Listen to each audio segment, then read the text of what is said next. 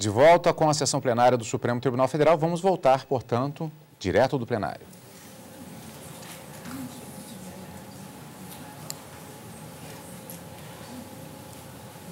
Está reaberta a sessão com a palavra o eminente relator do recurso extraordinário 47555, ministro César Peluso.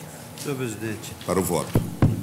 Senhor presidente, antes de considerar a questão sobre direito à manutenção de créditos de IPI obtidos na aquisição de insumos tributados empregados na fabricação de produtos desonerados, cumpre advertir que a matéria deste recurso é de todo diversa daquele que constituiu o objeto do recurso extraordinário 353.657 e do recurso 370.682, embora guarde ambos uma relação de complementaridade. Cuidava-se ali da questão da existência de crédito presumido decorrente da aquisição de produtos não tributados ou sujeitos a alíquota zero, com subsequente venda de produto tributado.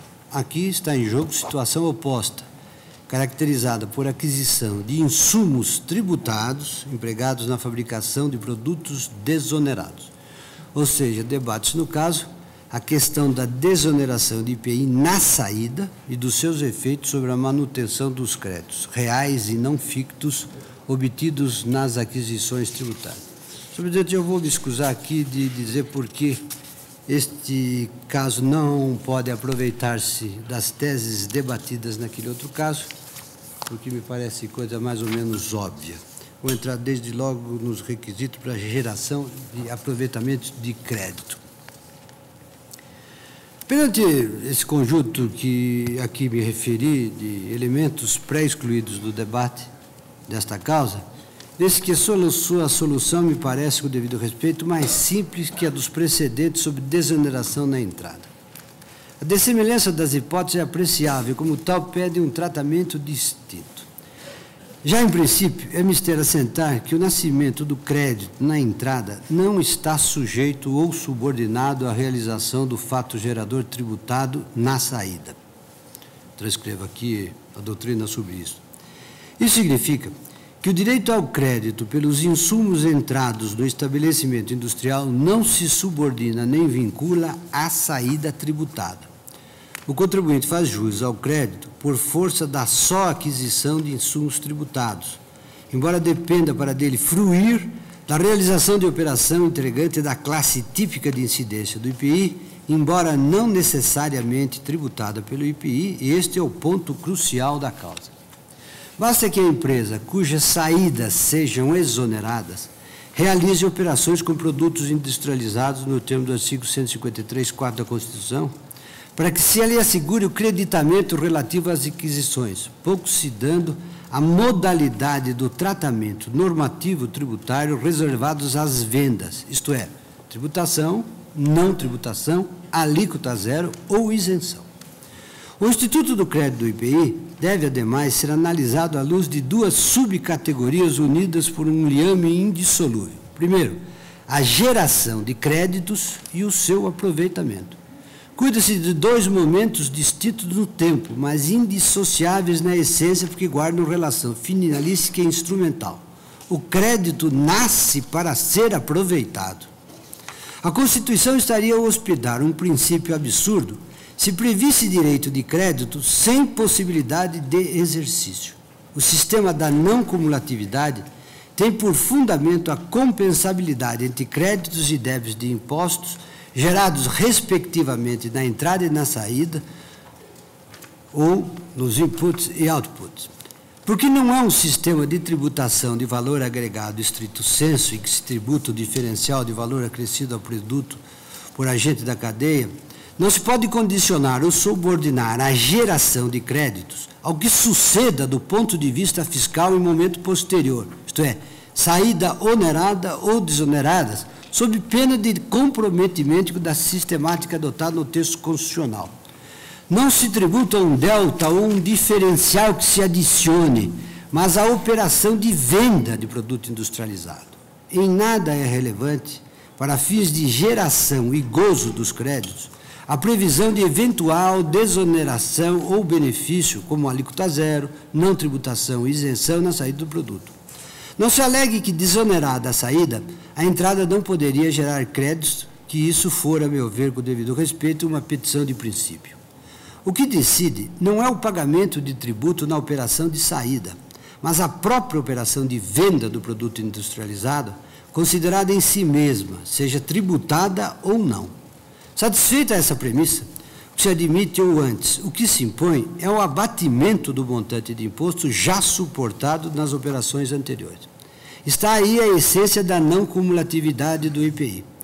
Sua finalidade, como já afirmei no recurso extraordinário 353/657, está na divisão ou distribuição do impacto financeiro do tributo entre os diversos elos da cadeia produtiva, de modo que a tributação total, oneração, seja equivalente ao resultado da aplicação da alíquota sobre o preço final do produto ao consumidor.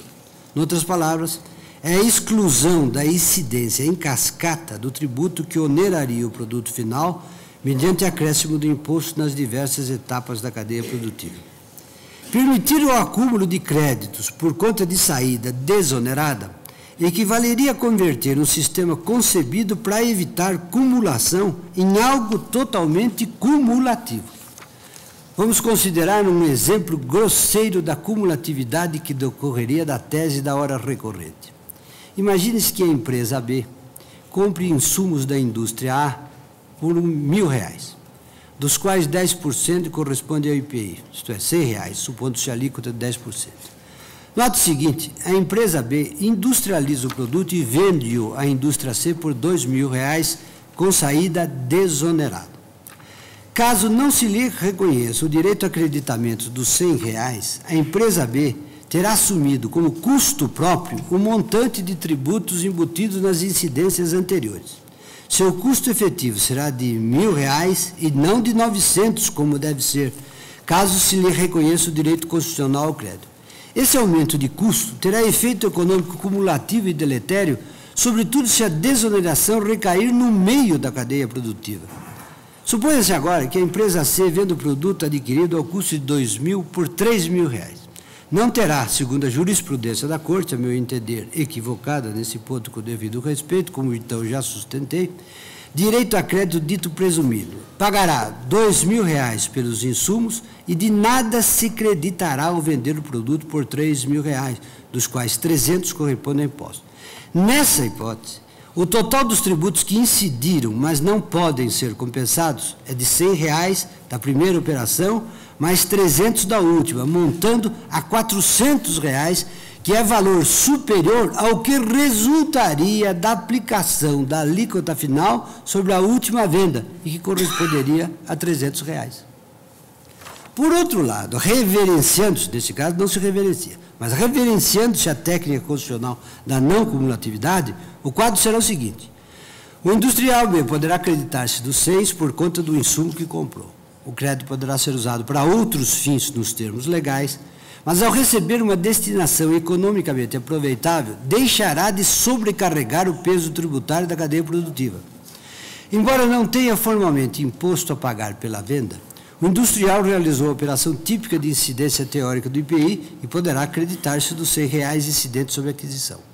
É que, restando-lhe meios legais para usar tais créditos, como para pagamento de outros tributos, por exemplo, assegurada estará a não cumulatividade. Seu custo efetivo será de R$900 e já não de R$1.000. Na etapa posterior, o industrial B venderá o produto à empresa C com desoneração, sem nenhum imposto, por R$2.000. A empresa C, de acordo com a desfavorável jurisprudência da Corte, não poderá acreditar-se de nada.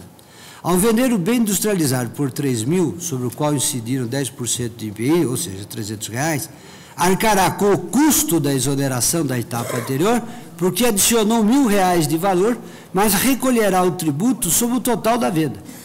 Mas esse problema, que é apenas de cunho econômico, em nada resvala na cumulatividade da situação anterior.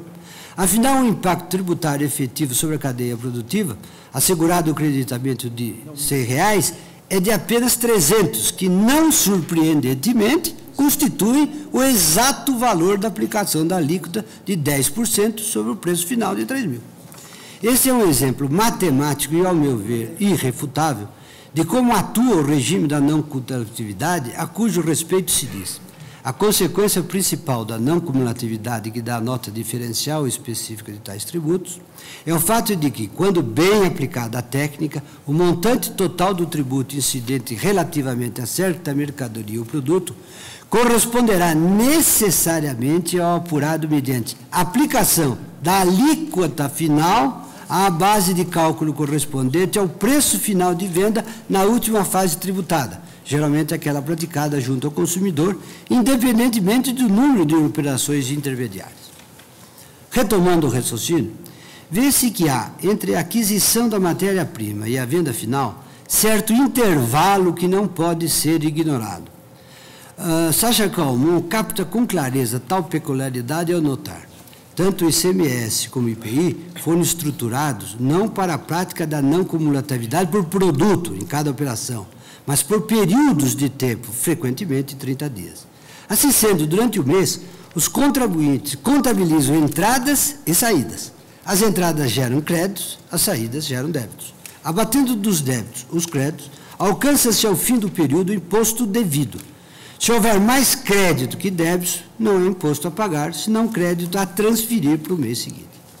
Digo, esse interregno despendido no processo de transformação produtiva e na estocagem de produtos acabados tem relevantes efeitos do ponto de vista fiscal. A saída do produto industrializado do estabelecimento industrial equiparado, enquanto operação compreendida na categoria daquelas sujeitas à incidência teórica de IPI, é elemento que autoriza a utilização dos créditos já acumulados, tanto quanto o autoriza a regra legal que permite compensação dos créditos com outros tributos administrados pela Receita Federal. Trata-se de simples fato jurídico capaz de desencadear a fruição de um direito previamente adquirido mediante aproveitamento de valor já integrado ao patrimônio jurídico-financeiro do contribuinte.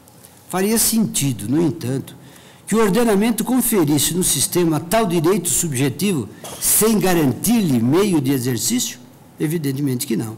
É inconcebível atribuir à lei a garantia desse direito, pois a lei apenas deve assegurar uma forma de aproveitamento dos créditos para que possa o contribuinte utilizar, e utilizar aqui no sentido etimológico da palavra, os créditos que de outro modo se lhe acumulariam inutilmente no patrimônio jurídico.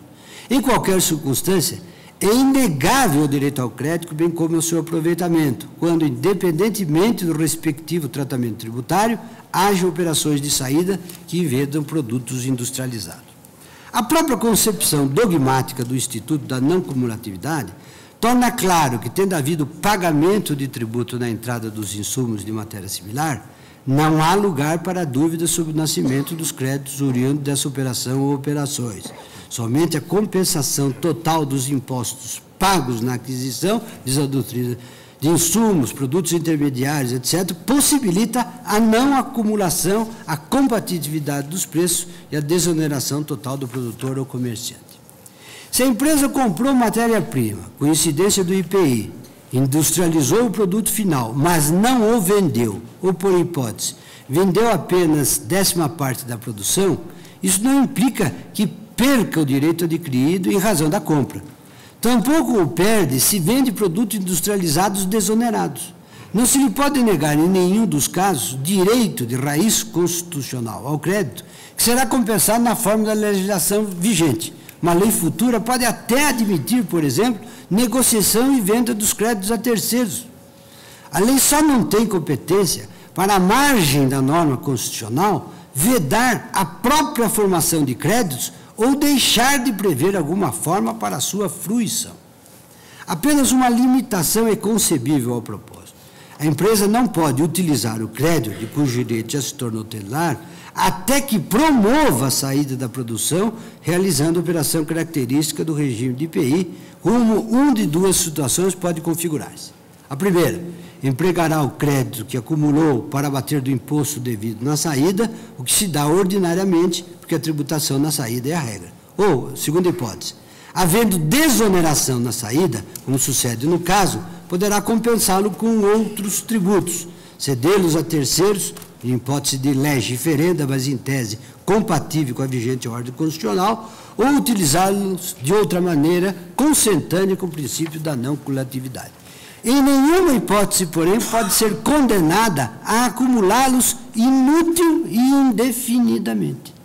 Menos ainda poderá ser compelida a abdicar os créditos, nem a suportar-lhes uma anulação prática, já que nasceram de imposição constitucional. Em outras palavras, nenhuma empresa industrial pode ser forçada a acumular créditos sem propósito, nem privada deste como direito-dever que decorre da aquisição de insumos e ou obriga a abater aqueles em eventual operação sujeita à incidência do IPI.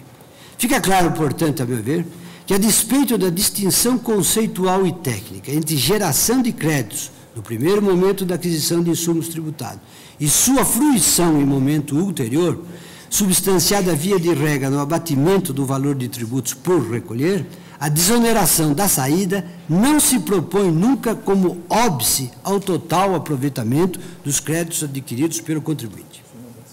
A Lei 9.799, acertada, mas expletivamente, permitiu o aproveitamento do crédito acumulado mediante compensação. Mas, ainda que não o tivesse feito, não traria repercussão sobre o momento anterior, o da geração dos créditos, nem retiraria o ônus do legislador de prever meios para a fruição dos valores correlatos. O que releva é só que se dê operação típica de IPI, bastando a fruição dos créditos que a empresa realize, peço vênia por tamanha obviedade, operação com produto industrializado. Esse é o cerne da norma constitucional que autoriza a instituição do imposto, 153.4, independentemente do tratamento tributário que a lei reserve à saída. Afinal, a não cumulatividade existe, como diz a doutrina, a possibilidade de manutenção dos créditos tributários decorrentes da aquisição de matérias-primas, produtos intermediários e materiais de embalagem, independentemente da forma de tributação a incidir no resultado do processo produtivo. Exponho agora as razões pelas quais entendo que nenhuma espécie desonerativa pode ensejar a anulação dos créditos provenientes das entradas tributadas. Na saída com isenção ou alíquota zero, é manifesta a ocorrência de operação típica de IPI. Em ambas, dá-se vendas de produto industrializado, mas por técnicas diferentes não há imposto por pagar. É evidente que, em relação à não cumulatividade, diz um autor, assim a isenção como a alíquota zero produz o mesmíssimo efeito jurídico e prático, não se justificando, pois, a ideia de tratamento diferenciado. Ademais, a supressão de algum aspecto da regra matriz da incidência ou a nulificação do elemento quantitativo não subtraem a operação concreta à categoria das ações em tese submissas à incidência do IPI.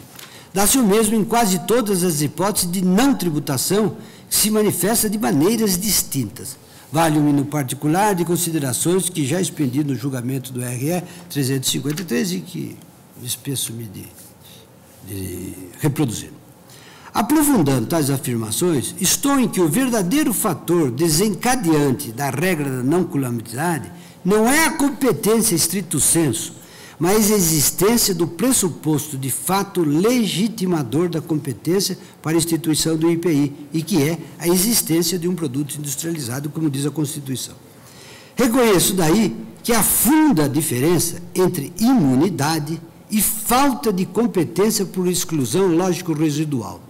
No primeiro caso da imunidade, é induvidosa a ocorrência do pressuposto de fato. Deve-se sentir a categoria a que me referi em duas classes distintas.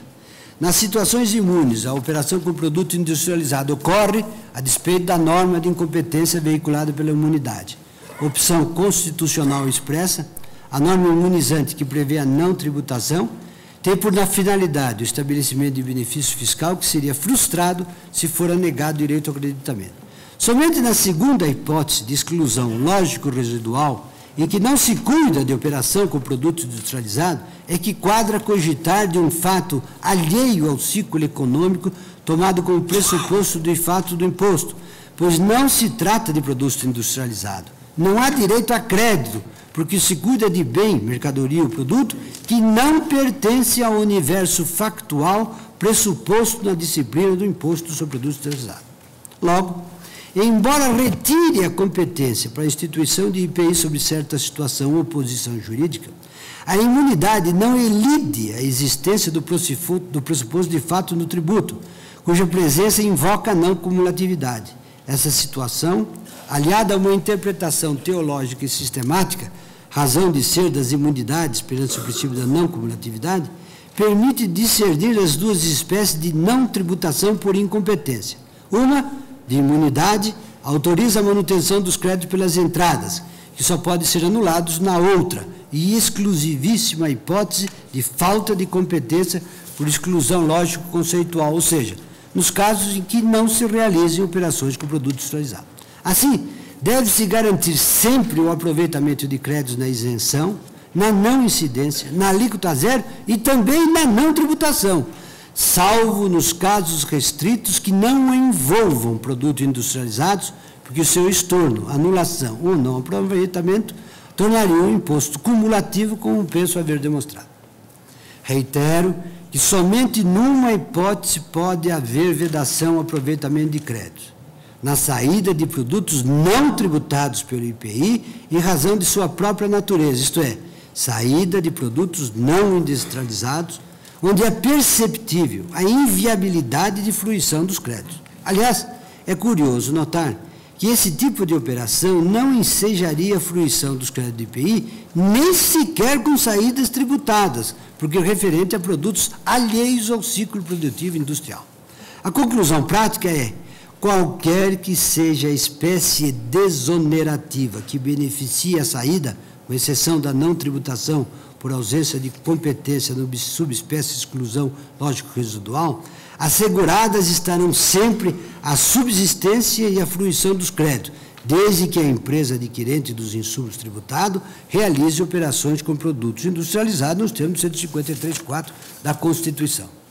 Diante desse já longo discurso, é necessário reconhecer que, embora incorporando fundamentação imperfeita, na medida em que subordina parcialmente a manutenção dos créditos à legislação infraconstitucional, o dispositivo do acordo impugnado ajusta-se à mais acertada interpretação da Constituição tributária, aquela que reconhece no próprio texto constitucional a presença declarada, que não comporta, a meu ver, nenhuma exceção, salvo a ocorrência de operação com produto industrializado, do princípio da não coletividade em matéria de IPI. Colho aqui mais uma vez a opinião de Soares de Mello, que diz: a Constituição não estabelece nenhuma restrição ao direito de crédito, não havendo embasamento na legislação ordinária que determina a anulação dos créditos IPI em diversas situações, como no caso de industrialização de produtos isentos. Digo, geração e utilização de créditos derivam, pois, diretamente da Constituição, que agasalha, no ponto, norma de eficácia plena e incidência imediata a todos oponível. Este juízo singelo, com devido respeito, bastaria, a meu ver, para arredar de plano qualquer dúvida quanto à constitucionalidade do creditamento de IPI perante desoneração, que era montante, que era jusante, como se entende, na espécie do ciclo produtivo. Insisto num ponto que defendi no debate sobre entradas desoneradas, mas que convém ao caso.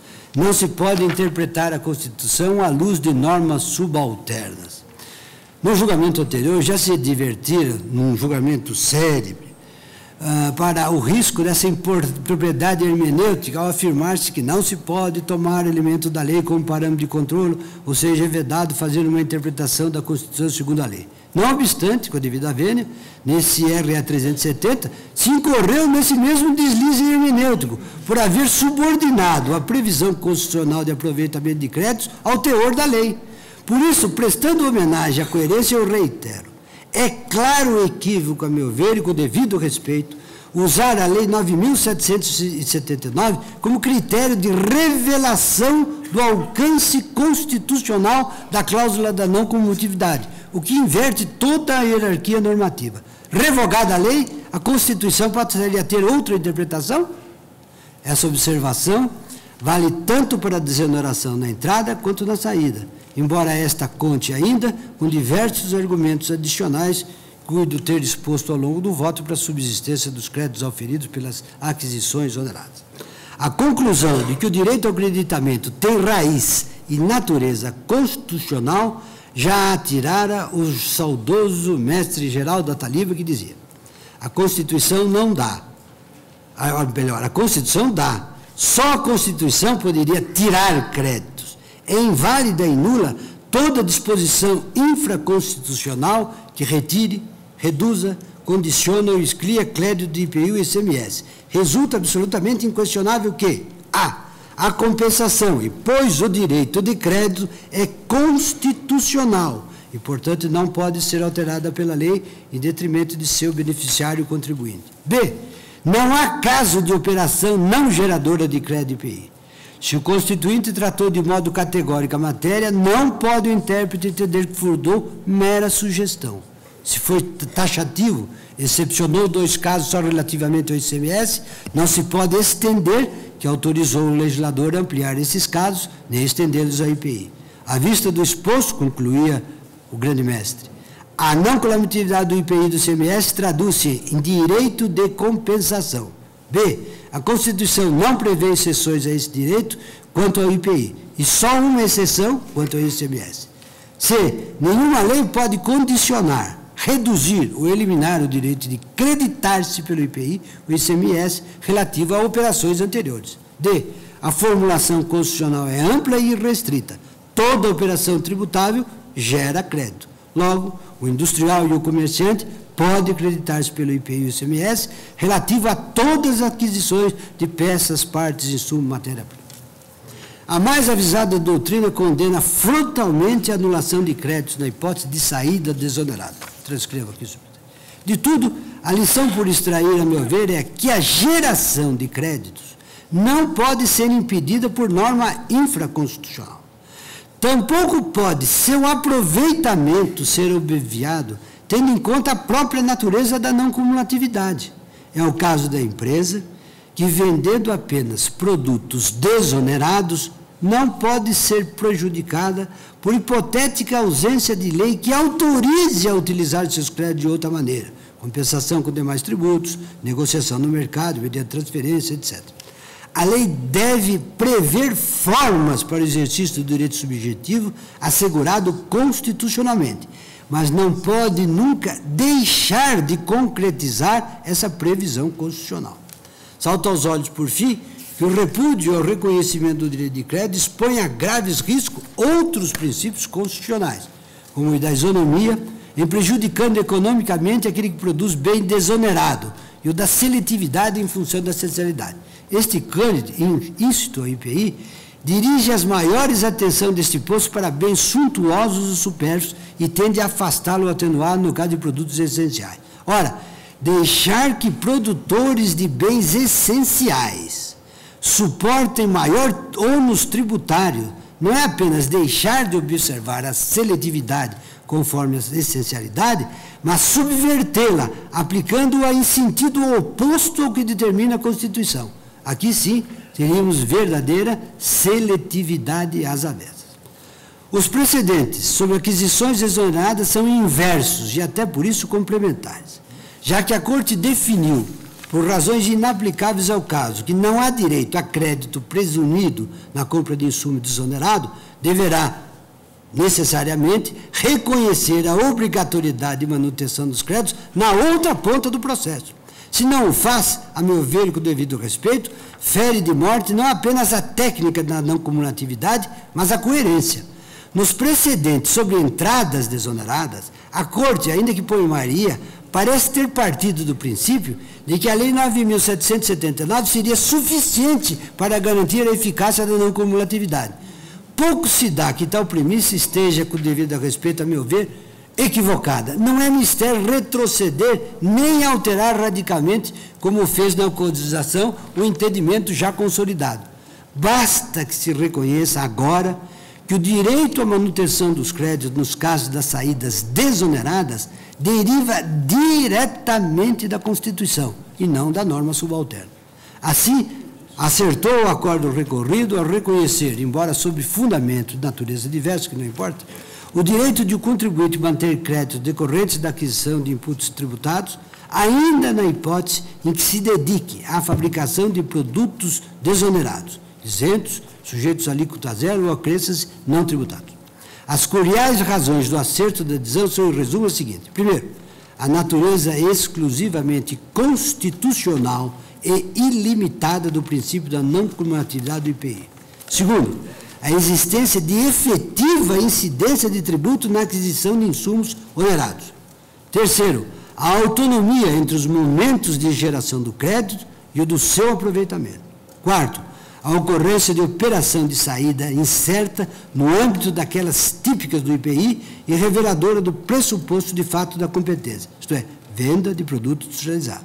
Quinto, a insignificância jurídico-constitucional para fins de creditamento da disciplina tributária da saída dos produtos industrializados, ou seja, se há imunidade, se há não tributação, isenção, alíquota zero e nem incidência. Sexto, a possibilidade de aproveitamento de créditos na forma prevista em lei, compensação com outros tributos ou meios diversos de fruição que venha a ser estabelecido.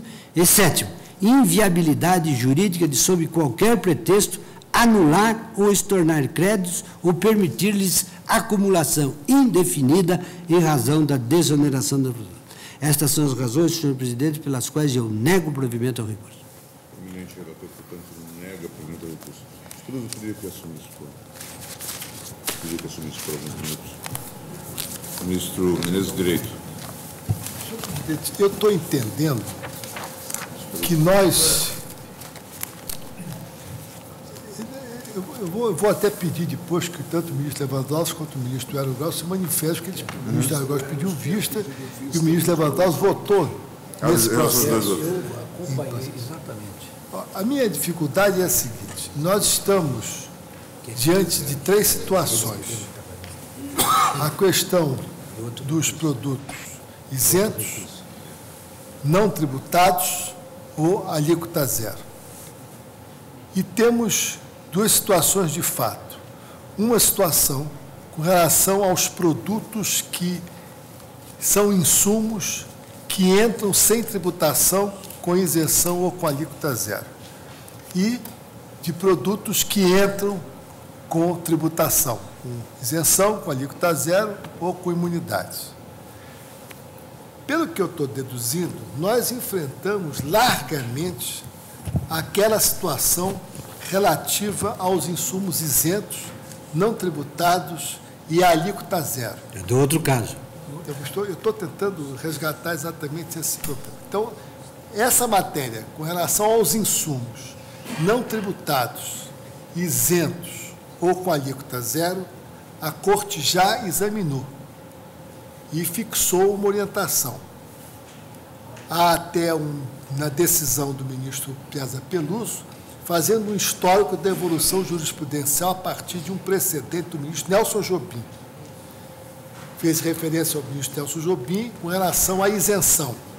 Depois houve a expansão deste precedente com relação à isenção, também para a alíquota zero e para a não tributação.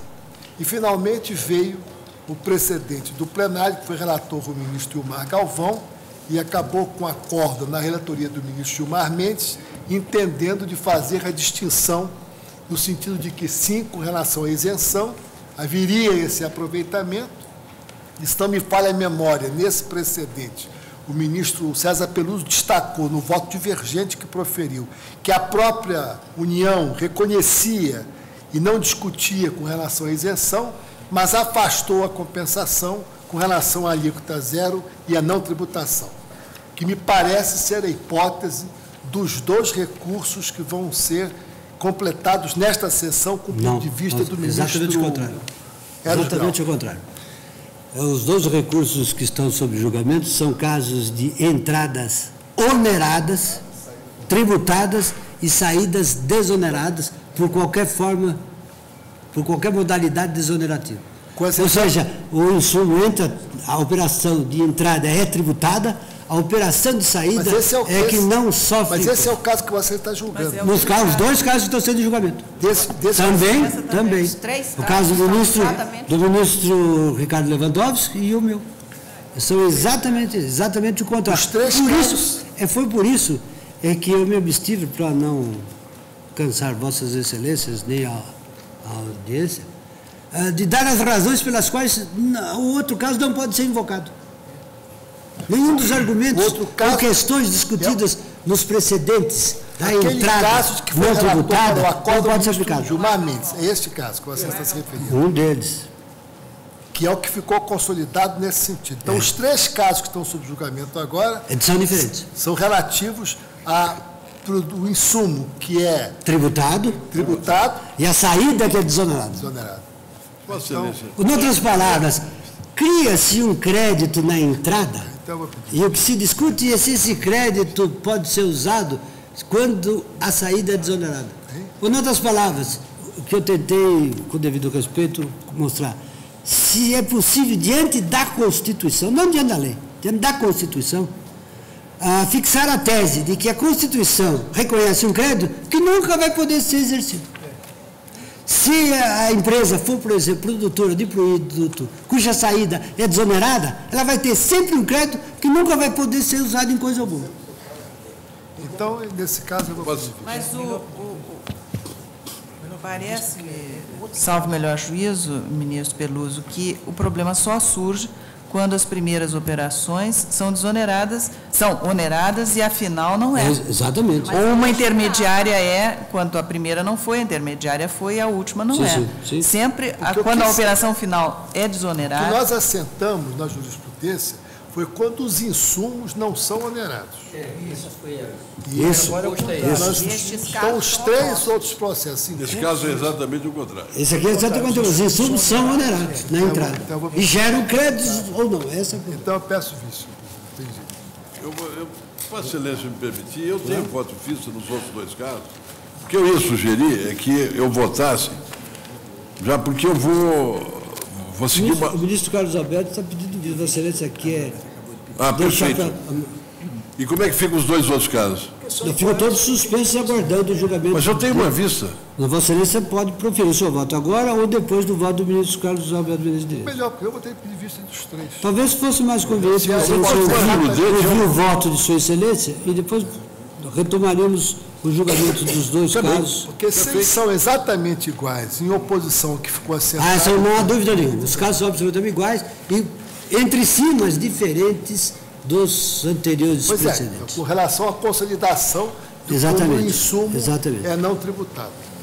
Bem, então, o resultado do julgamento por hora é os feitos foram adiados após o voto do relator no recurso extraordinário 475.551, ligando provimento ao recurso a pedido de vista do ministro Menezes de Direito. Senhor presidente, eu não sei, é claro, há uma pauta, mas é que há 3 matérias eleitorais com recursos interpostos contra decisões e considerada a iminência das eleições, se Vamos fosse dar possível, preferência. podem Vamos dar ser, preferência. podem ser até julgadas conjuntamente. Conjuntamente? Vamos né? julgá-las conjuntamente. São reclamações. Pois não, vamos julgá-las conjuntamente.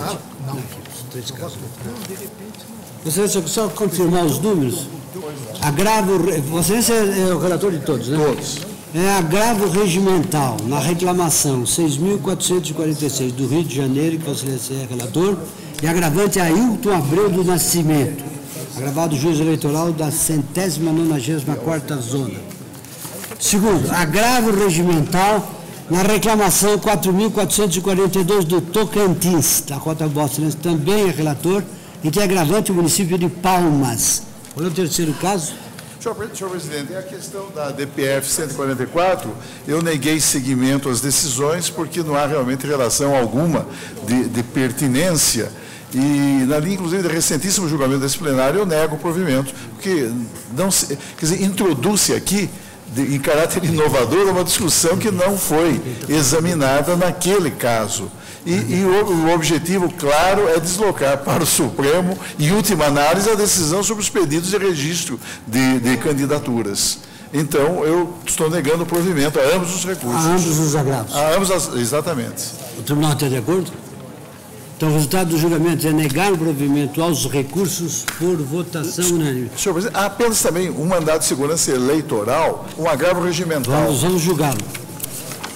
Agravo regimental no mandado de segurança 27.443 do Distrito Federal, que é relator o ministro Celso de Mello, agravante Adalberto Alves Pinto.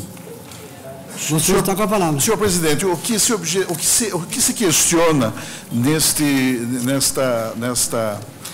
recurso foi exatamente a decisão que entendeu consumado o lapso decadencial, uma vez que a deliberação administrativa do Tribunal de Contas da União, ela foi proferida em 22 de agosto de 2006. Portanto, houve a intimação regular, quer se conte o prazo decadencial de 120 dias a partir da intimação pessoal ou da intimação pela publicação no Diário Oficial da União, o fato é que sobreveio a impetração do mandado de segurança apenas agora, ou seja, em julho de 2008. Não é? Esclarecimento apenas, pois não. Ministro. O interessado tinha conhecimento Sim, do processo que corria no Tribunal de Contas da União. Isso para efeito de dar-se valia à intimação ficta mediante publicação no Diário. Tinha pleno conhecimento e o que ele pretende, na verdade, é questionar, não é? Agora, o encaminhamento pelo Tribunal de Contas daquela lista que é determinada pela lei das eleições. O Tribunal de Contas apenas não profere ato de conteúdo decisório, ele se limita a executar materialmente o encaminhamento da lista ao Tribunal Superior Eleitoral. Cuida-se, na verdade... Não ataca em si a reprovação das contas. Não, porque a rejeição das contas ocorreu exatamente em 2006 e, na verdade, decorreu esse enorme lapso de tempo. Agora, o Tribunal de Contas... ataca... Com base no parágrafo 5º do artigo 5º da Lei das Eleições, cumpriu essa regra que diz o seguinte, aspas, parágrafo 5º, até a data que se refere esse artigo, os tribunais e conselhos de contas deverão tornar disponíveis à Justiça Eleitoral relação dos que tiveram as suas contas relativas ao exercício de cargos ou funções públicas rejeitadas por irregularidade insanável, isso aconteceu em 2006. E não houve impetração de mandado de segurança, e por decisão irrecorrível do órgão competente, ressalvados os casos em que a questão estiver sendo submetida à precisão do Poder Judiciário ou em que haja sentença judicial favorável ao interessado. Disse eu, então, a rejeição das contas relativas ao exercício de cargo público por irregularidade insanável e por decisão irrecorrível do órgão estatal competente qualifica-se como causa suficiente para gerar a inelegibilidade do gestor público. Na realidade, o Tribunal de Contas da União, ao enviar à Justiça Eleitoral aquela relação nominal dos administradores cujas contas foram rejeitadas nas condições definidas no artigo 1º, inciso 1º, a linha G da Lei Complementar 64 de 90, nada mais fez senão cumprir a determinação imposta pela legislação, exaurindo-se nesse singular ato de formal comunicação a prática de uma atividade administrativa plenamente vinculada às prescrições ditadas pelo próprio legislador, especialmente pela Lei 9.504 de 97, que estabelece normas para as eleições. A situação de inelegibilidade em questão, considerada a ressalva constante da regra legal, somente poderia ser afastada se houvesse sentença judicial definitiva favorável ao interessado, ou então, se a controvérsia provocada pela rejeição das contas estivesse sendo submetida à apreciação do Poder Judiciário e o interessado houvesse obtido, em sede processual adequada, medida liminar, providência cautelar ou provimento antecipatório. Cabe referir que o Supremo tem rejeitado pretensões como esta, deduzida nesse mandado de segurança, objeto do presente recurso. Eu me refiro ao MS 27466 do DF, de que é a relatora, ou foi relatora, a eminente ministra Carmen Lúcia, que julgou no mesmo sentido. Todos de acordo? Não é? Pois não. Presidente, apenas um esclarecimento quanto ao objeto do mandado de segurança, porque... Pois não, claro. Para revelar minha dúvida, porque, segundo o seu voto no início, nós teríamos o envolvimento da decadência para a impetração, o extravasamento do prazo previsto em lei. Mas qual seria o objeto do mandado de segurança? O encaminhamento da lista? É o encaminhamento da lista. Aí não haveria decadência, porque o encaminhamento da lista teria se dado agora. Exatamente. Né? Mas o que eu disse na minha decisão, o objeto desse recurso, é que caberia a ele, se fosse o caso, impugnar a rejeição das contas. Só que a rejeição das contas ocorreu... Nós não podemos mudar o pedido formulado. Não. Ele ataca, na verdade, agora, o simples encaminhamento da lista. Aí eu poderia a assentar que não ocorreu a decadência. Sim. Presentes as balizas do mandado de segurança. Agora, Vossa Excelência adentrou a matéria de fundo Eu apenas para dizer que não haveria ilegalidade no encaminhamento dessa apenas lista. encaminhamento, porque é um ato material. Não há, Aí eu pediria, vênia, presidente, não vejo que não foi fundamento da decisão monocrática do ministro Celso de Mello a decadência em si, porque, considerado o pedido, nós não tivemos, entre o ato atacado mediante o mandado de segurança e a impetração, os 120 dias. Não há decadência. O tempo não passou, portanto, a ponto de prejudicar a própria impetração.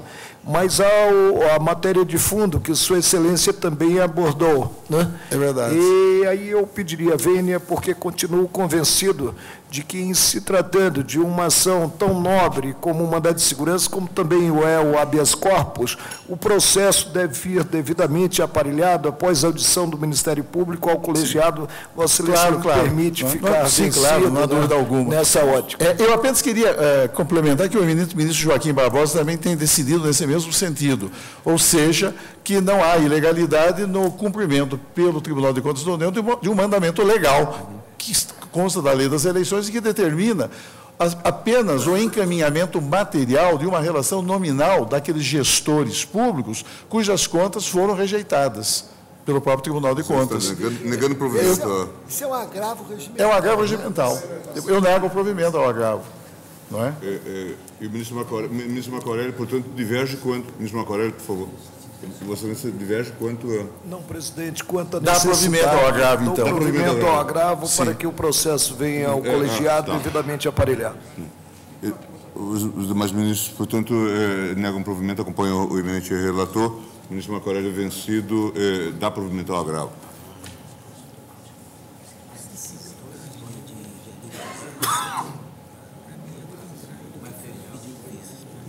Acho que não tem outras coisas agora, porque isso...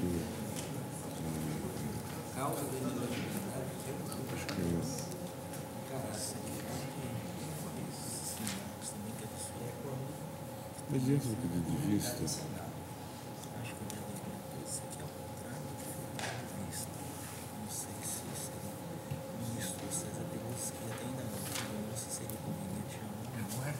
Ministro Marco Aurélio, o recurso extraordinário aqui em 66.819 também trata do tema do IPI ali, que faria sentido diante do pedido de vista de... É outro caso. É outro... Eu penso, presidente, que cada dificuldade deve ser enfrentada em seu dia. Adota um mandamento bíblico, né? Aí nós aguardaríamos o desfecho, né? Mas esse é caso dos três. Agora, também em relação a isso. Então também vou indicar adiamento. Senhor presidente, apenas um equívoco que houve aqui, um equívoco que me é atribuível. Eu indiquei para pregão um agravo regimental de reclamação. Esse que, se não envolve matéria eleitoral, eu me excuso, não é? Penitencio pelo... Nós temos a retificação para esses casos. Secretário. Mas é um caso em que a reclamação, eu me refiro ao agravo regimental da reclamação 4442 do Tocantins, agravante município de Palmas, agravado juiz do trabalho, segunda vara do trabalho de Palmas, interessado Nermísio Pereira dos Santos. Eu neguei seguimento a esta reclamação porque já houve o trânsito em julgado. Sim. Apliquei a súmula. Daí o recurso, aqui eu nego o provimento. Portanto, não é a matéria, esta matéria não é aquela matéria. Não é matéria eleitoral. Você está negando provimento. Eu estou negando provimento. Também como já havia negado, mas porque houve o trânsito de julgado, realmente. Bom, eminente relator, neste caso, está negando provimento ao agravo, não há divergência, decisão unânime.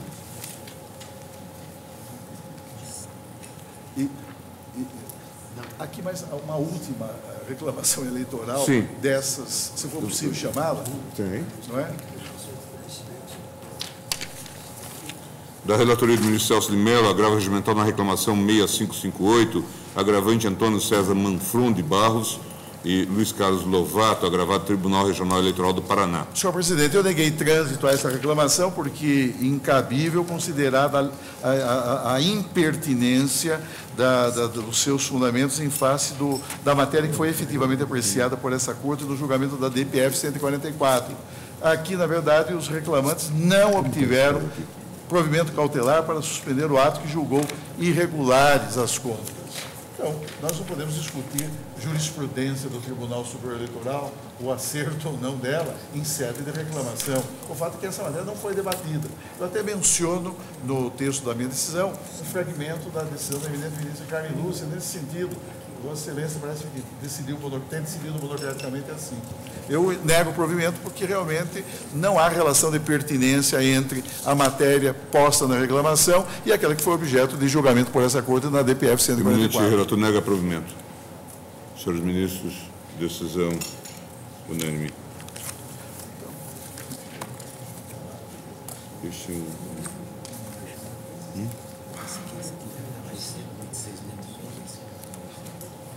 Senhores ministros, na verdade, um pedido de vista, que é a ação direta de inconstitucionalidade 2669, da relatoria do ministro Nelson Jobim. A questão é a seguinte: após o voto do relator, ministro Nelson Jobim, que julgava procedente a ação para concluir com eficácia ex nunc ser inconstitucional a instituição do ICMS sobre a prestação de serviço de transporte terrestre de passageiros, previsto na Lei Complementar 87 de 96, no que foi acompanhado pelo ministro Sepúlveda Pertence, pediu vista dos autos do ministro Gilmar Mendes. E eu estou trazendo, então, não votam, portanto, o ministro Menezes Direito e a ministra Carmen Lúcia. Eu estou dizendo isso, eu vou tentar resumir. Cuida-se de ação direta de inconstitucionalidade com pedido de medida liminar proposta pela Confederação Nacional do Transporte, com fundamento no artigo 102, 1A, EP e 103 da Constituição, em face dos artigos 4º, 11, 2, alíneas A e C e 12, 5º e 13 da Lei Complementar 87, de 13 de setembro de 96, a respeito da instituição de imposto sobre operação de circulação de mercadorias e sobre prestação de serviços de transporte interestadual,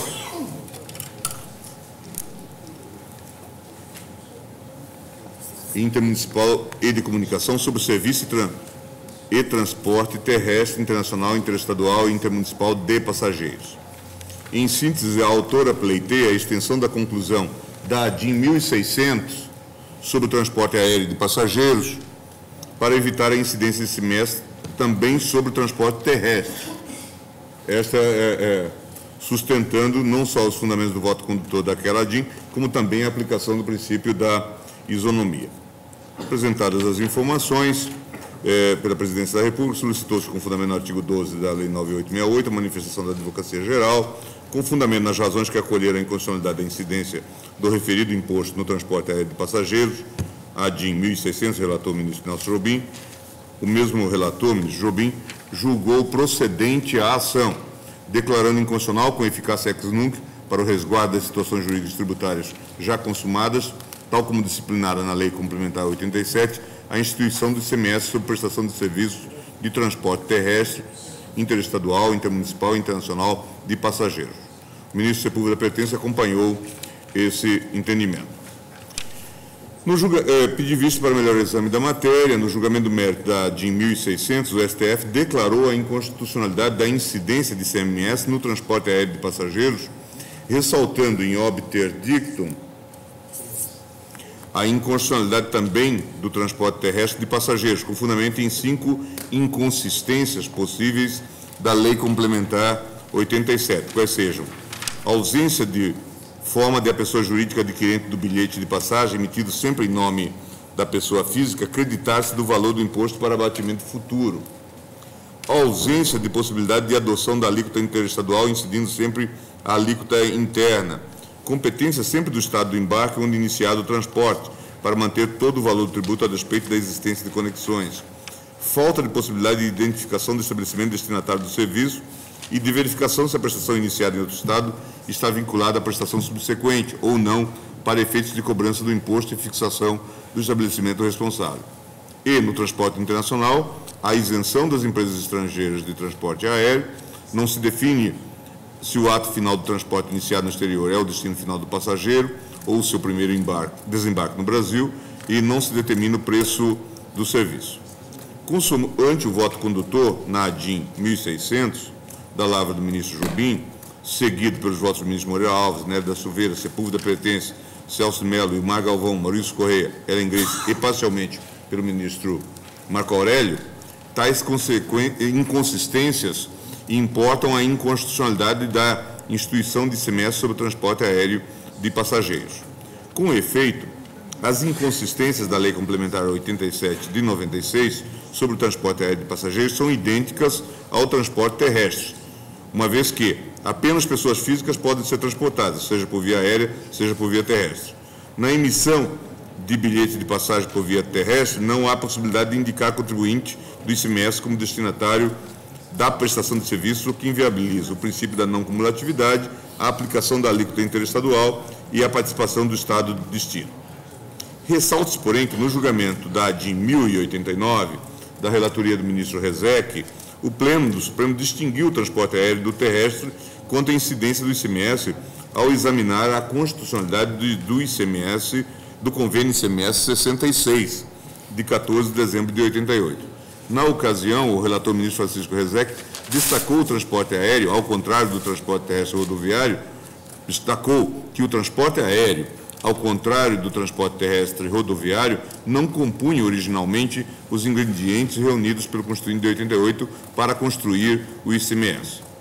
E eu transcrevo aqui a sua manifestação. Daí que a maioria do Pleno do Supremo, no julgamento do mérito da referida ADIM, entendeu ser indispensável a edição de lei complementar para a instituição de ICMS sobre o transporte aéreo de passageiros, em oposição ao transporte terrestre. Nada obstante, a diferenciação entre transporte aéreo e terrestre de passageiros acolhido pela maioria, já naquela oportunidade, o voto do ministro Ilmar Galvão destacou a inconstitucionalidade material das disposições sobre o transporte de passageiro. Eu transcrevo também a sua manifestação. Inicialmente, causou-me perplexidade que as inconsistências apontadas pelo ministro Nelson Jobim por si só implicariam a inconstitucionalidade da Lei Complementar 87 de 96, de forma a impedir a tributação sobre o transporte terrestre de passageiros, que já era cobrada antes da edição da referida Lei Complementar e mesmo da promulgação da Carta Magna. De fato, antes da Constituição de 88, o transporte rodoviário de passageiros intermunicipal, interestadual e internacional era tributado nos termos do artigo 21(7) da Emenda Constitucional 1 de 69 e do Decreto-Lei 284 de 67, pela União. Por sua vez, a promulgação da Constituição Federal de 88 transferiu esta competência tributária aos Estados Federados. Como bem esclareceu o ministro Ilmar Galvão, a instituição do mencionado tributo estava condicionada à edição de lei complementar federal que deveria prevenir conflitos de competência e estabelecer normas gerais acerca da definição do tributo do respectivo contribuinte, principal, substituto e estabelecimento responsável, do fato gerador e da base de cálculo e sobre a constituição do crédito, além da fixação do regime de prescrição e decadência da compensação. Dessa forma, a nova competência tornava imprescindível esta norma geral para a instituição do ICMS, de modo a atender os requisitos do artigo 155, 2e, parágrafo 2º, 12 da Constituição Federal. Adicionalmente, o artigo 34, parágrafo 8º do ADCT, previa que o convênio celebrado entre os Estados poderia regular provisoriamente a matéria, enquanto não editada indispensável lei complementar. Especificamente quanto ao transporte de passageiros, como assentou o voto do ministro Jobim, a Lei Complementar 87 não previu regras suficientes para prevenir os inevitáveis conflitos de competência, principalmente nos casos de conexões e divisão da prestação de serviços por etapas. Observar o princípio da não cumulatividade, resguardar a aplicação da alíquota interestadual e permitir a devida participação do Estado de destino. A ausência destas regras, exigidas pela atual Carta Constitucional, torna inviável, a meu ver, a instituição do ICMS sobre o serviço de transporte de passageiros, como atestaram os votos dos ministros Ilmar Galvão, Celso de Mello, Otávio Galotti e Sepúlveda Pertence, no julgamento da ADIM 1089, já supra-referida. Em outras palavras, a Carta Magna permite que os Estados instituam ICMS sobre transporte terrestre de passageiros, desde que editada a Lei Complementar Federal, solucionando conflitos entre os Estados federados, permitindo a aplicação da alíquota interestadual e a participação do Estado de destino. Uma vez que a Lei Complementar não supriu estes requisitos adequadamente, no ponto, não é compatível a incidência de ICMS sobre o transporte terrestre de passageiros, ao menos por enquanto. Ressalta-se que a manifesta insuficiência da Lei Complementar 87/96 em apreço não é suprida pelos convênios celebrados anteriormente, nem muito menos pela legislação pré-constitucional, que se referia à competência exclusiva da União. Em sentido semelhante, decidiu este Tribunal Pleno pela inconstitucionalidade do adicional estadual do imposto sobre renda, enquanto ausentes regras para dirimir conflitos de competência entre os Estados federados, nos autos do RE 140.887, da relatoria do ministro Moreira Alves, e 136.215, da relatoria do ministro Galotti. Este último possui a seguinte emenda, eu transcrevo.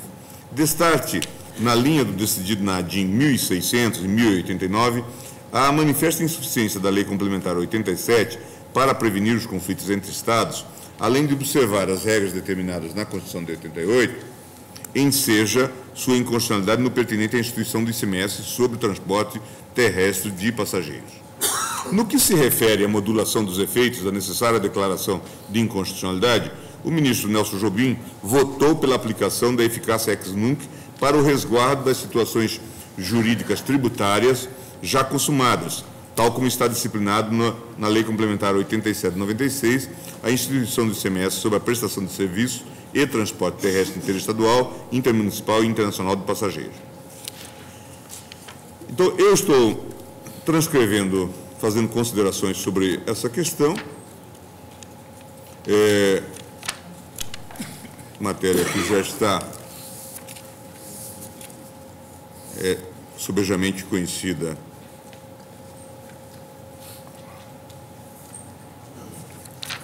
do Tribunal, a propósito da aplicação do artigo 27, da modulação de efeitos, uma vez que se trata de aplicação ou desaplicação de uma lei ou de um sistema que vem sendo aplicado desde 1996. Né? Por isso, o ministro Jobim, acompanhado pelo ministro Sepúlveda Pertence, indicaram a modulação de efeitos, e estou, então, dizendo o seguinte. Com efeito, há vários anos, os Estados federados têm exigido ICMS sobre o transporte terrestre de passageiros, mesmo antes da edição da Lei Complementar 87. O transporte terrestre de passageiros era tributado pelos Estados, que simplesmente deram continuidade à imposição tributária da União no período da Constituição anterior. A reversão dessas situações consolidadas implicaria verdadeiro atentado à segurança jurídica, além de colocar em perigo as finanças públicas de diversos Estados, que se veriam obrigados a repetir tributos recolhidos sem contestação durante expressivo período de tempo. Por outro lado, não se pode ignorar que, desde o julgamento da ADIM 1089, relator ministro Francisco Rezec, apontou-se a necessidade de atendimento de regras mínimas para a instituição de ICMS sobre o transporte de passageiros. Além disso, no julgamento da ADIM 1600, redator para o qual o ministro Nelson Jobim, expressamente se destacou a inconstitucionalidade da Lei Complementar 87 quanto ao transporte terrestre de passageiros no voto condutor.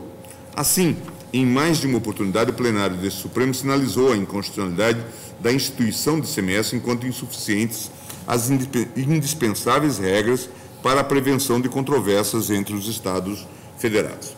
Nesse caso, é preciso, a um só tempo, resguardar as situações consolidadas e garantir aos contribuintes que não se quedaram inertes, mas se insurgiram contra a imposição fiscal inadequada, a viabilidade de suas pretensões. Essa me parece a forma correta de solucionar a situação.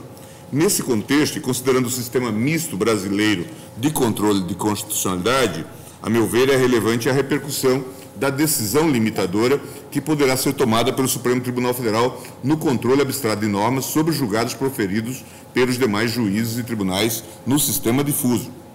O tema não é novo e foi suscitado inicialmente, eu digo, na Áustria, tendo em vista os reflexos da decisão da Corte Constitucional sobre os casos concretos que deram origem ao incidente de inconstitucionalidade. Optou-se, na ocasião, por atribuir efeito ex tunc excepcional à repercussão da decisão de inconstitucionalidade sobre o caso concreto. Ressalta-se que o modelo difuso não se mostra incompatível com a doutrina da limitação dos efeitos. Há de se reconhecer que o tema assume entre nós peculiar complexidade, tendo em vista a inevitável convivência entre os modelos difuso e direto. Quais serão, assim, os efeitos da decisão ex nunc do Supremo, proferida em abstrato, sobre as decisões já proferidas pelas instâncias afirmadoras da inconstitucionalidade com eficácia ex tunc? Argumento que pode ser suscitado diz respeito ao direito fundamental de acesso à justiça, tal como já arguído no direito português. Eu cito aqui Rui Medeiros. E digo o seguinte: essas colocações de Rui Medeiros têm a virtude de demonstrar que a declaração de inconstitucionalidade, em concreto, também se mostra passível de limitação de efeitos. A base constitucional dessa limitação, necessidade de outro princípio que justifique a não aplicação do princípio da nulidade, parece sugerir que, se aplicável, a declaração de inconstitucionalidade restrita revela-se abrangente do modelo de controle de constitucionalidade como um todo. Nesses casos, tal como argumentado, o afastamento do princípio da nulidade da lei assenta-se em fundamentos constitucionais e não em razões de conveniência.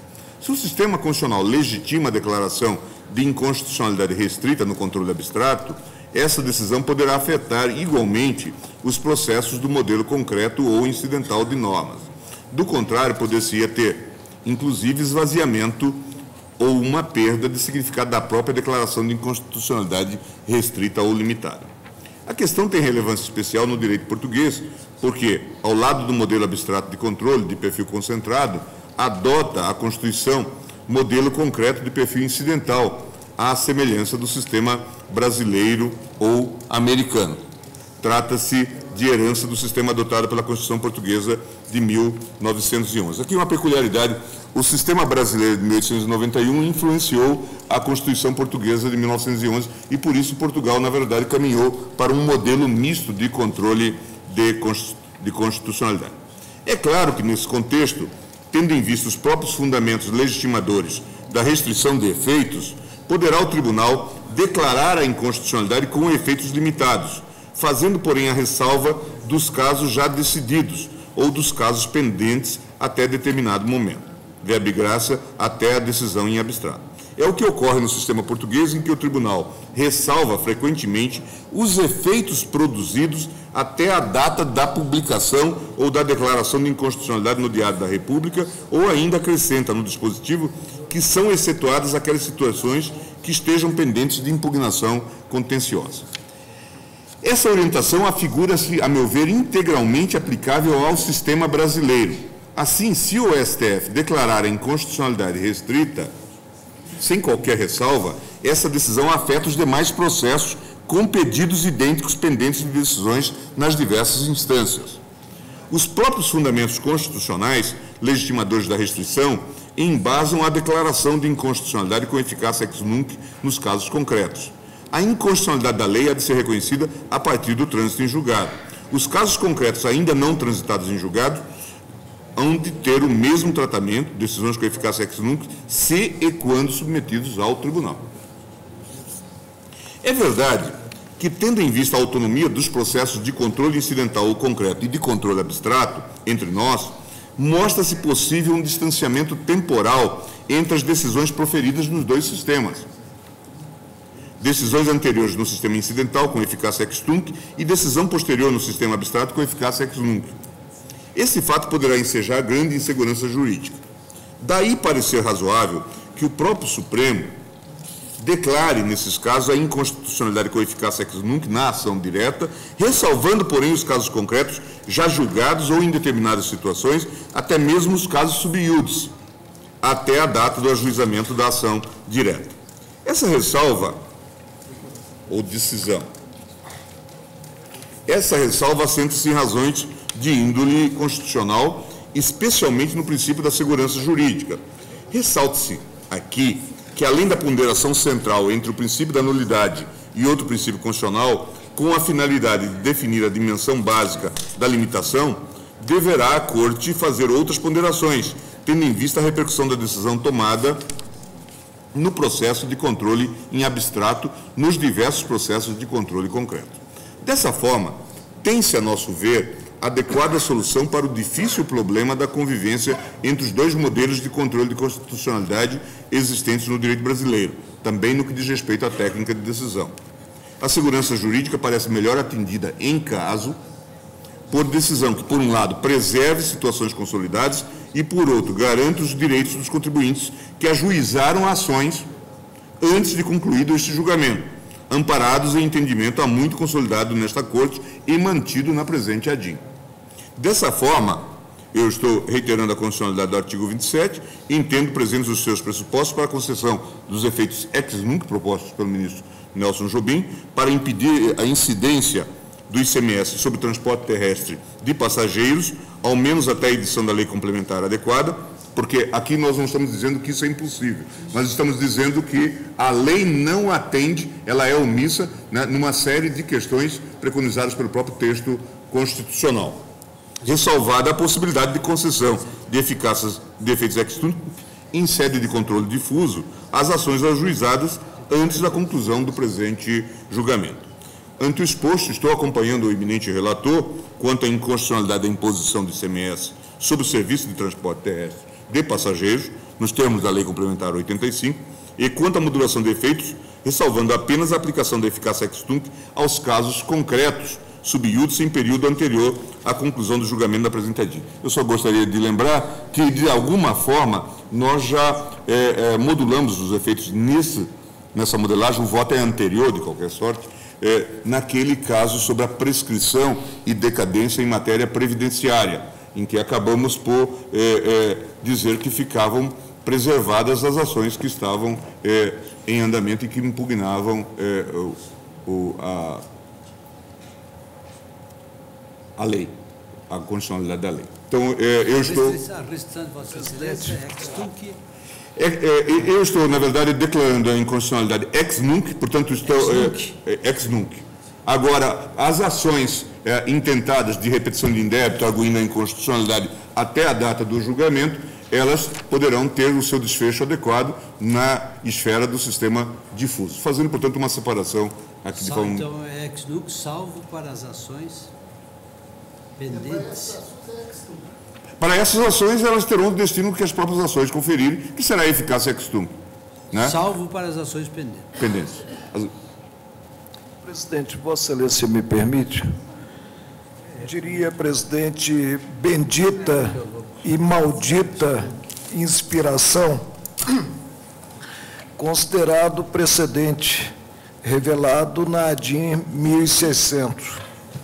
Bendita inspiração para os contribuintes e maldita inspiração para a Fazenda.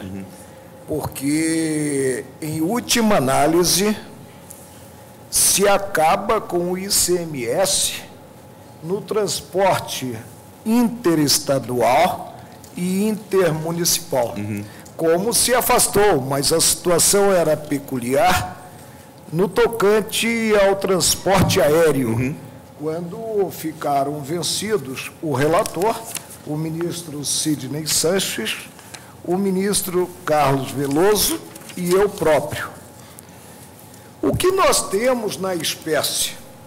Nós temos uma situação concreta que é considerada a lei complementar de regência, tem motivado conflitos de interesse entre os estados para saber o titular do tributo?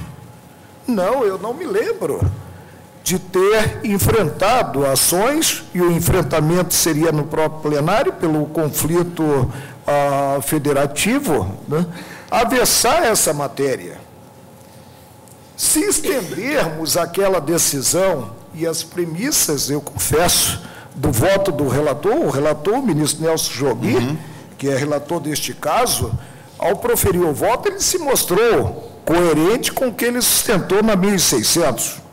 Se chegarmos a essa conclusão, nós teremos simplesmente o afastamento de boa parte da receita dos estados, em situação concreta que, repito, não tem gerado entre os estados conflito de interesse, surgindo uma casta empresarial. Por que surgindo uma casta empresarial?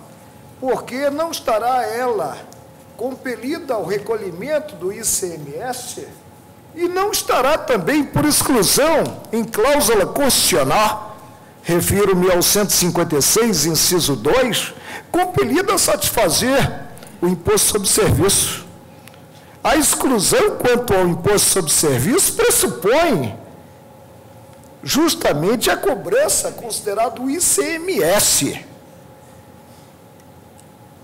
Presidente, eu fico até com receio de posar aqui de juiz fazendário, que eu nunca fui, mas me assusta muito, porque em jogo o interesse coletivo, eu não vejo o interesse dos estados, propriamente ditos, o interesse secundário dos estados, eu vejo o interesse primário das unidades da federação, em que se afastará, e sabe Deus quando virá uma lei complementar que se mostre perfeita, e o conceito de perfeição não é absoluto, jamais é absoluto, principalmente no campo normativo. Sabe Deus quando virá essa lei complementar. Eu peço vênia, presidente, para entender que aquela situação ligada a um certo transporte aéreo, foi uma situação até excepcionalíssima, presente à quadra, vivenciada pelas empresas de transporte. Isso aqui foi muito discutido nesse plenário, mas que nesse caso nós não temos uma justificativa socialmente aceitável para fulminarmos esse tributo, desaguando essa postura, se for a conclusão do colegiado, né, no afastamento da incidência de qualquer tributo, porque, repito, por força da Constituição, não incide, segundo o 156, 3 da Constituição Federal, o ISS, que é da competência dos municípios.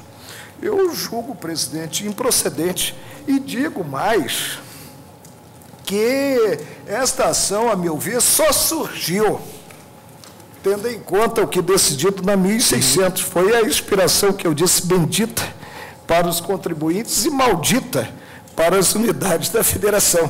Não fosse aquele julgamento, não se teria questionado, Vossa Excelência mesmo modula, porque durante todos esses anos houve a cobrança do tributo sem que surgisse, por exemplo, e a situação é muito peculiar, o passageiro geralmente ele pega o transporte e vai até o destino final e não pega o transporte, não há o problema da cumulatividade, né? A situação é toda peculiar e, a meu ver, distinta da que levou a ilustrada, sempre ilustrada maioria, a concluir pela procedência da 1600, quando eu fiquei vencido na companhia honrosa dos 2 ministros a que me referi, Sidney Santos e Carlos Veloso. Eu julgo improcedente, presidente, o pedido formulado.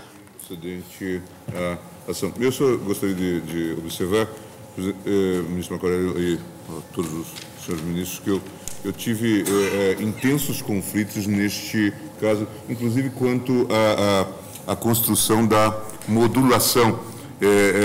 Porque como se trata de apontamento de omissão, agora toda de omissão de faltas, o que não se diz, todos os precedentes que se vem formando, todos eles indicam que há falhas no procedimento na instituição do tributo, neste caso.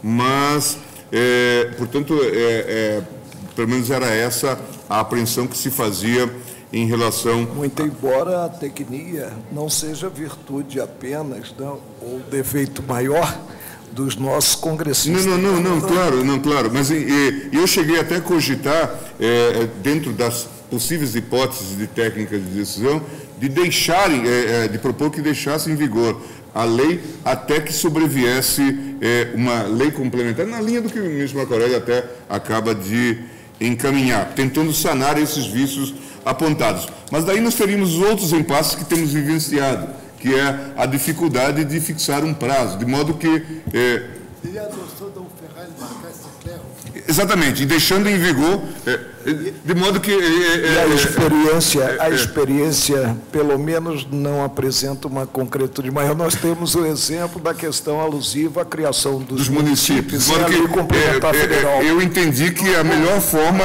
pelo menos no atual padrão das nossas relações com o próprio Congresso Nacional, que essa seria talvez a melhor forma, indicar as falhas no modelo, sugerindo, portanto, que o Congresso construa uma lei substitutiva desta lei complementar e que nós, então, declaremos a inconstitucionalidade com eficácia ex nunc, no meu caso, com essa ressalva de que as impugnações já feitas pelos contribuintes sejam separadas, portanto, não sejam bloqueadas quanto à impossibilidade da repetição de indébito. Essa, portanto, foi a minha conclusão, mas eu confesso que também tive essas perplexidades. Ministro Ricardo Lewandowski. Se os colegas que me antecedem não se opõem, eu gostaria de pedir isso. Acho que, portanto, após o voto do presidente, que trazia voto vista, pediu vice-ministro Joaquim Barbosa. Senhores ministros, está encerrada a sessão.